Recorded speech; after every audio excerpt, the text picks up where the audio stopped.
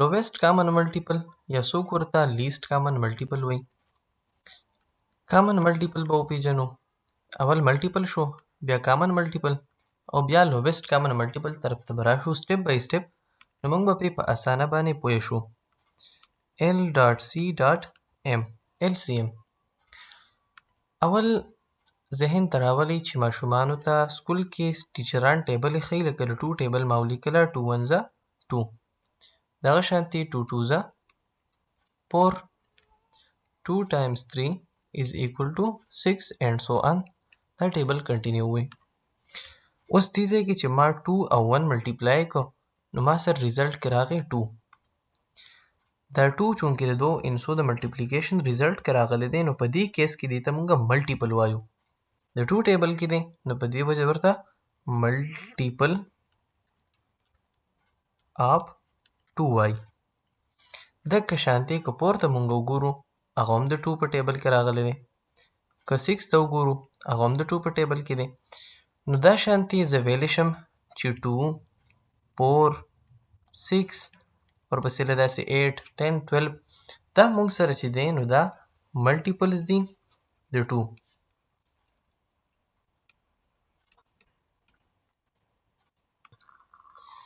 دغه شانتې که چېرې زه یو بل ټیبل ولیکم مثال په طور د 3 3 1 موږ سره راځي 3 3 2 6 and so on. اوس په دې کیس کې دا 3 او 6 څه څیزونه دي؟ بلکل 3 هم موږ سره او 6 هم موږ سره دا شانتې نورې انسې چې دې پسې به راځي are multiples of 3. اوس که چېرته کې زه تاسو نه تپوس وکړم چې د 2 په دې ټیبل کې کوم ملټیپلز راغلل یعنې 2 4 او 6 او د 3 په دې ټیبل کې کوم ملټیپلز راغلل نو دا موږ سره په دې کې داسې انسا چې هغه په دواړو کې یو شان وي د یو شان انسې ته کامن ویل کېږي. لکه دلته کې 6 او دلته کې 6. اوس دا موږ سره کامن ملټیپل دی. یو خو کامن دی مشترک دی او بل ملټیپل دی. اوس ورپسې راځو د لیست طرف ته. د لیست څه مطلب؟ د دې مطلب دا دی چې ګوره که چېرته کېله زه دا ټیبل لږ غونته کې راوږده کړم نو دې ځای کې ما سره 2 ملټیپلای 6 نه راځي 12. دغه شان د 3 دا ټیبل لږ راوږده کړم نو 3 ملټیپلای 4 نه راځي 12. دا شانتې د دې په ټیبل کې 18 راځي د دې په ټیبل کې هم 18 راځي 2 9 18.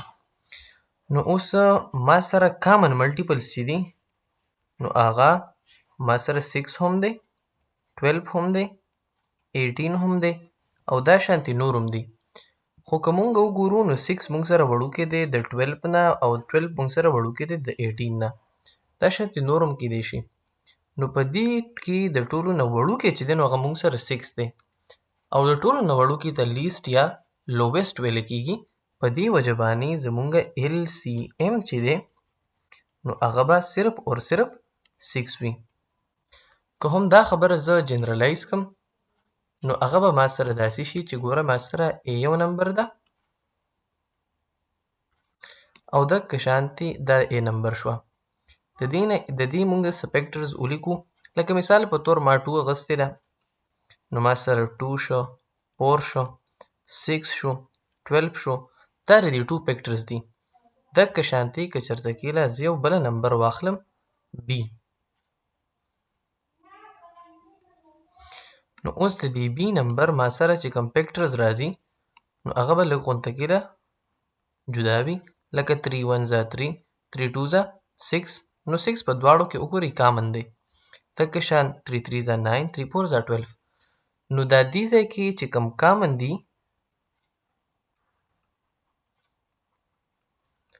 په دې کې مونږ سره چې کوم لوویسټ وي د ټولو نه وړوکی وي